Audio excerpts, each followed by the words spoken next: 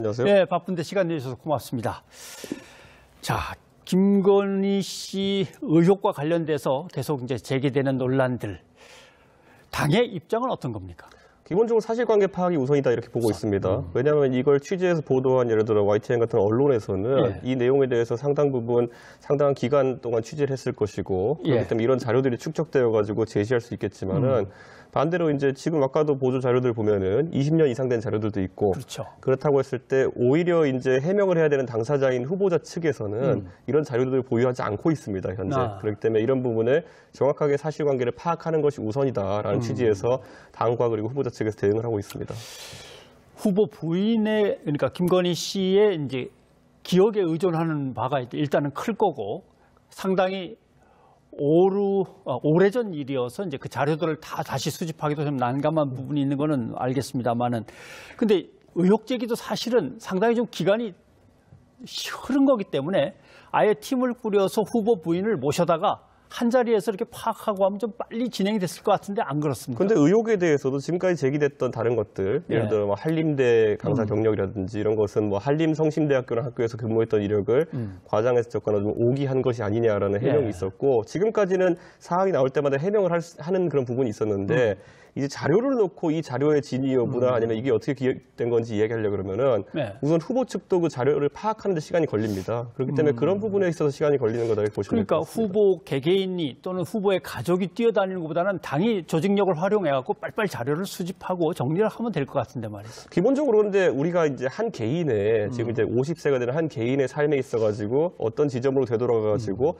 그걸 다 미리 사전 검증한다는 건 쉽지 않습니다. 그렇기 때문에 아까 말씀하신 것처럼 후보자, 배우자의 어떤 기억에 의존해가지고 이런 것들 재구성해야 되는데 이게 말 그대로 언론에 나온 뒤에 이렇게 뭐 이 부분이 어떻게 됐습니까? 하나씩 물어보는 것은 가능하지만은 예를 들어 지금 제가 변 기자님한테 37살 때 어떻게 사셨습니까? 물어보면은 지금 이 자리에서 못 얘기하십니다. 그렇죠. 예, 그러니까 제가 그렇기 때문에 그 접근 방법이 언론이 뭔가 특정한 지점을 잡아가지고 이야기하는 것과 배우자나 후보자 입장에서 알겠습니다. 내 삶에서 어떤 지점에서 해명해야 될 지점이 있느냐를 선제적으로 판단하는 건 좀 다른 문제이기 때문에 이렇게 되고 있는 것 같습니다. 그 윤석열 후보가 설명을 하면 사실 언론으로서는 읽어보거나 해도 이게 뭐라고 하는 건지 좀 애매할 때가 있습니다. 근데 같이 주로 요새 동행을 많이 하셨으니까 그럼 오늘 한 얘기는 사과는 일단 아닌 겁니까?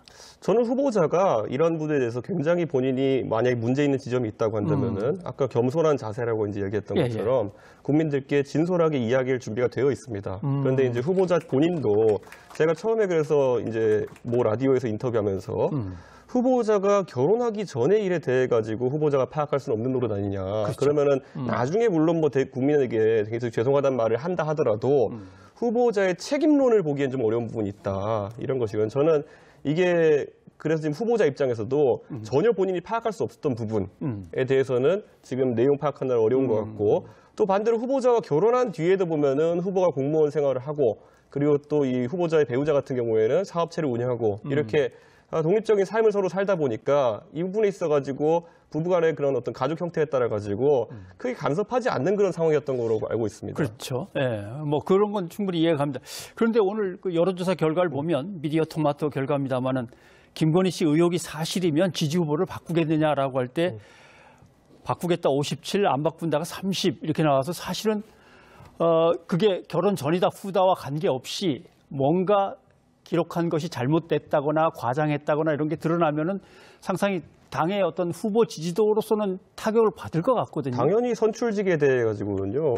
죄가 있음, 죄가 없음, 사실임, 아님, 아니면 뭐 비난받을 일임, 아님 이런 것보다도 국민들이 이런 모든 자세나 아니면 태도 그리고 이걸 처리하는 과정 이런 것까지 전반적인 평가를 하는 겁니다. 그렇기 때문에 저는 우리가 과거에 조국 장관 사태 같은 경우에도 기억해 보시면은 초기 대응 과정에서 조국 장관 일가의 문제점이 많았기 때문에 국민들이 더 분노하게 되고 그래가지고 나중에 이제 본인이 낙마하고 정권에 상당한 타격이 가는 지점까지 이뤘던 거거든요.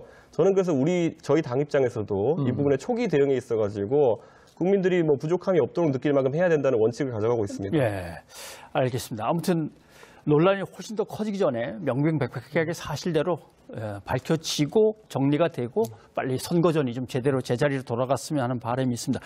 근데 민주당에서 기획설 이걸 갖다가 오늘 뭐 이수정 공동선대위원장도 얘기를 하던데 당의 입장이 민주당 기획설이 분명하다고 어떤 의혹에 대한 근거 같은 걸 갖고 계신 겁니까? 기획설은 이제 어떤 특정한 정보 때문에 기획설이라 주장하는 게 아니라요. 예. 보통은 12월 말이 되면은 어느 해나 그 연말에 여론조사 블랙아웃 기간이 있습니다. 연말 연시에 하는 여론조사는 여러 가지 이유로 부정확할 수 있기 때문에 예. 여론조사 기관들이 조사를 멈추기 때문에 12월 20일경에 했던 조사들의 결과가 대부분 박제돼가지고 한 1월 초중순까지 계속 근거 자료로 활용되는 경우가 있습니다. 예. 그렇기 때문에 이거는 어떻게 보면은 양 정당 간에 고지점 비슷하게 이제 벌어지는 이런 기간이기 때문에 아무래도 여러 가지 의혹이 나올 수도 있고 그런 상황이라서 뭐 이런 뭐 특정한 민주당에서 어떤 기획을 했다 이런 거 이전에 그런 기간이다라는 취지로 이렇게 말하는 걸 보시면 됩니다. 근데 이제 윤석열 후보의 얘기는 조금 더 발전해 나간 게 있습니다.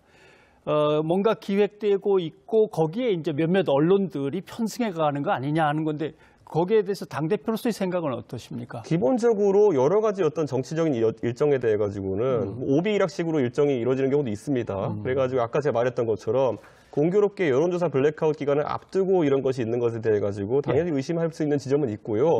마찬가지로 저는 민주당에 이제 계신 분들도 오늘 상당히 불거졌던 이재명 후보 자식에 대한 문제도 비슷한 기획이 있는 거 아니야? 의심해 보는 거는 자연스럽다 이렇게 생각합니다. 알겠습니다.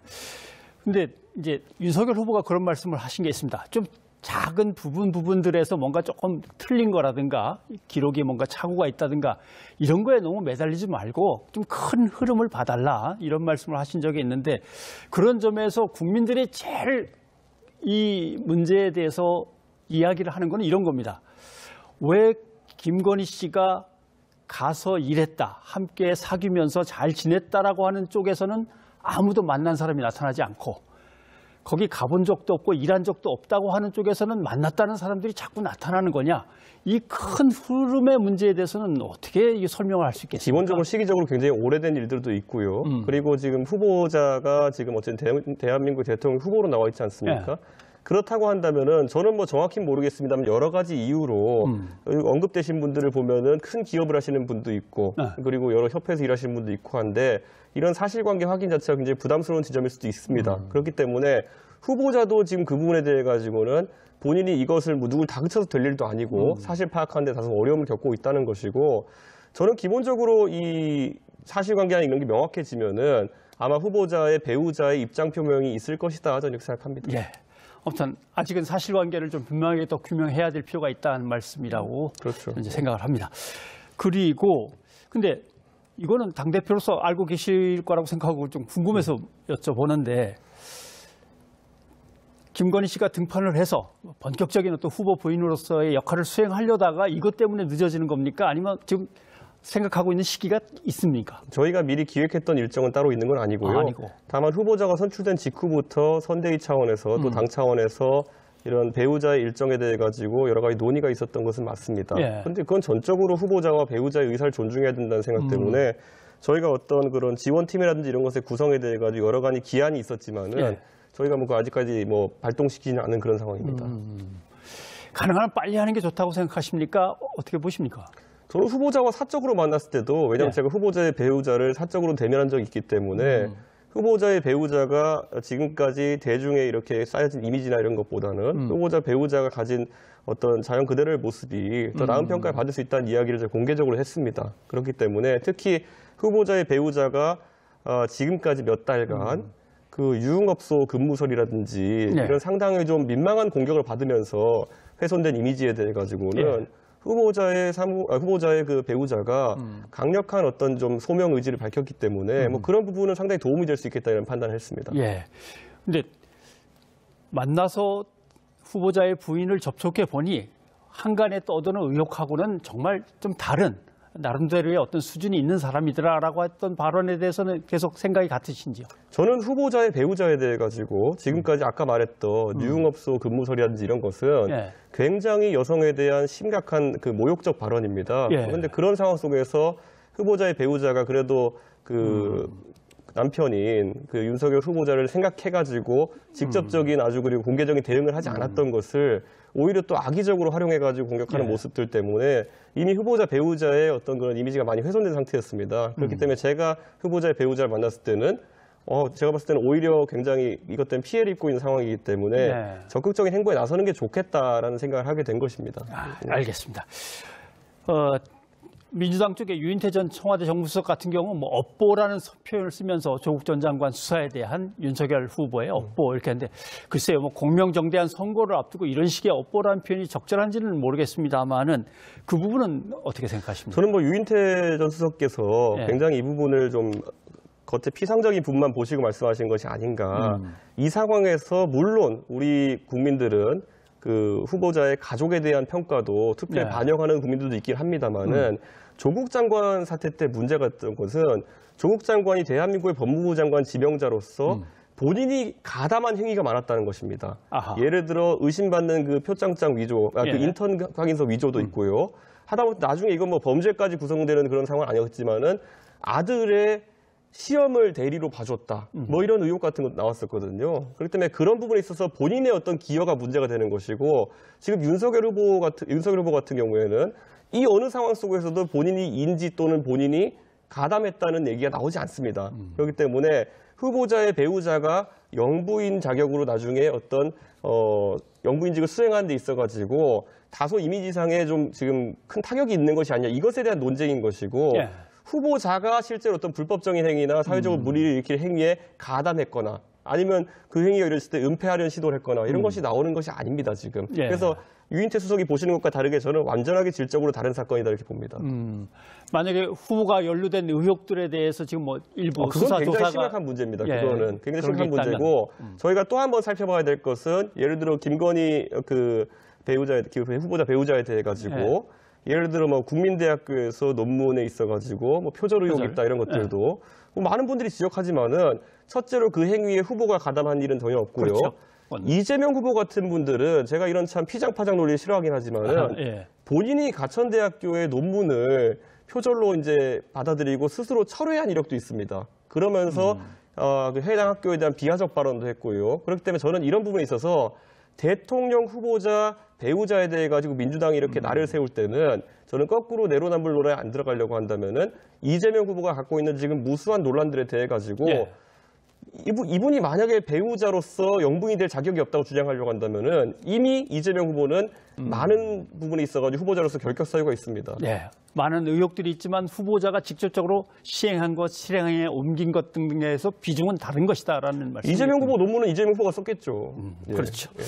자, 그렇고 이제 흔히 뭐 얘기하는 민주당과는 달리 국민의힘에서는 윤석열 후보가 잘 안 보인다. 특히 어려운 질문이나 또 청년들과 관련해서 예민한 부분이 있을 것 같으면 이 대표에게 마이크가 넘어간다. 이제 이런 질문인데 실제로 존재감이 약하다라고 하는 거에 대해서는 어떻게 보십니까? 아닙니다. 후보자가 대부분의 일정을 혼자 소화하고 있고 어허. 그리고 제가 후보자의 요청을 받을 때만 제가 후보자 일정에 동행하고 있습니다. 예. 그런데 후보자가 저희가 동행을 요청한 부분은 저희 당에서 미리 많은 투자를 하고 있던 부분, 예를 들어서 젊은 세대에 대한 어떤 그런 정책이라든지 아니면은 또 호남 지역의 이런 곳에 대한 저희가 준비하는 것들 이런 그 일정에 대해서는 후보자가 굉장히 조심하는 것이 본인은 정치 신인이고 이번에 당 중심의 선거를 치르겠다고 선언했습니다. 네. 그렇기 때문에 후보자는 당의 정책에 대해 가지고 본인이 혹시라도 잘 파악되지 않은 부분이 있으면은 본인이 이야기하는 것과 당이 이야기하는 것이 엇갈래가 나게 되면은 굉장히 이건 오해 살 수 있으니까 그런 부분을 후보자가 저와 동행해 가지고 같이 예. 이야기 형태로 이제 풀어 나가는 것이고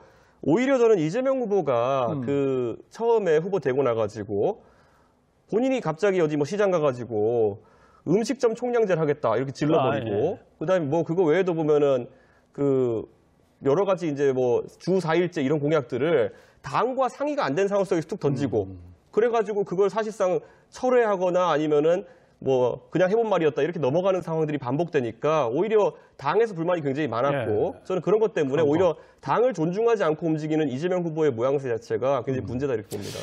근데 윤석열 후보도 좀 애매했던 부분이 있습니다. 틀림없이 친기업적인 어떤 정책 방향인 것 같은데 예를 들면은 최저임금제를 꼭 없애자는 얘기는 아니신 것 같은데 좀 유연하게 적용해서 기업들이 좀 편하게 활용할 수 있도록 해달라라는 얘기 같은데 이것이 노동자의 저임금으로 일할 자유다 이렇게 얘기를 하니까 저게 노동자를 위해서 하는 얘기인가? 이게 헷갈릴 때가 있거든요. 원래 기본적으로 최저임금에 대해 가지고는 항상 그 논란이 있습니다.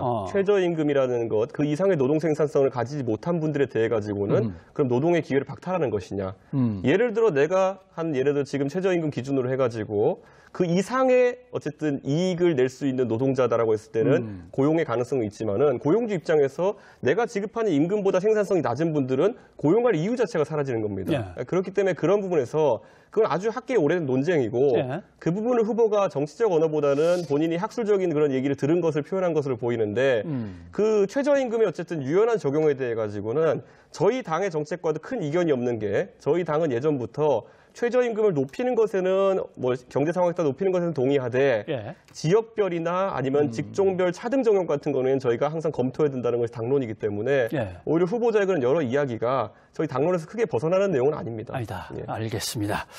자, 사실은 그냥 이 김건희 씨 논란에 그냥 묻혀버렸는데 권성동 의원하고 강릉에서 만나셨을 때는 도대체 몇 명이 어떤 일을 했고 성희롱과 관련돼서 경찰이 출동한 건 분명히 있는 건지 그 부분은 좀 직접 설명을 듣고 싶습니다. 기본적으로 저희가 그날 강릉에서 일정을 수하고 난 다음에 그 취재단 기자들이 한 20분 정도 실제로 후보를 이제 팔로우 취재하는 그런 일정이었는데 그러다 보니까 후보자가 저와 식사를 하고 있었습니다. 그 당시에. 식사하던 도중에 그 기자들 중에 일부가 본인들이 이제 바로 주변에서 이렇게 식사를 하고 있다고 해가지고 혹시라도 인사를 할 수 있느냐 그래가지고 가보니까 딱히 누가 주최자도 없이 한 3-4군데의 음식점과 주점에 따로 나눠서 이제 배치되어 있더라고요. 그래서 근데 방역 수칙이 엄격하다 보니까 저희가 뭐 후보자가 한번 들어가서 어떤 가게에서 인사를 하고 저는 다른 가게에서 인사를 하고 이렇게 서로 엇갈려 가면서 인사를 하고 나오고 저는 그때 아마 그 윤석열 후보자와 권성동 의원보다는 1시간 정도 일찍 이석했거든요. 그래서 그 뒤의 상황은 모르지만은 실제로 그 상황 속에서 기자들이 항상 동석한 상태였기 때문에 문제되는 발언이 있었다고 한다면은 그 언론인들도 인지를 했을 것이다라는 현장의 증언이 있었습니다. 그러니까 추행으로 혹시 오해를 살 만한 행동 같은 건 전혀 없었을 거다. 추행은 애초에 나오지가 않은 말이고 일부 발언에 대해 가지고 그 신고하신 분이 불쾌함을 느껴 신고했다라는 이야기가 나왔었는데 실제로 그 발언에 대해 가지고 그 현장에 있었던 언론인들이나 이런 분들이 증언하는 것이 아직까지 전혀 없습니다. 그래서 신고는 분명히 된 겁니까? 그래서 저는 신고는 되었다고 들었고요. 그래서 저희가 좀 이건 고려해 봐야 되는 것이 그 당시에 상당히 야심한 시각이었고 애초에 그 공간이 술을 마시는 공간이었기 때문에 권성동 의원도 그리고 언론인 거의 함께 배석하는 언론인들도 그리고 그 신고하신 분도 의사소통 과정에서 오해나 아니면 원활하지 못한 부분이 있었을 수 있다. 그런 부분에는 좀 감안해야 된다 봅니다. 네,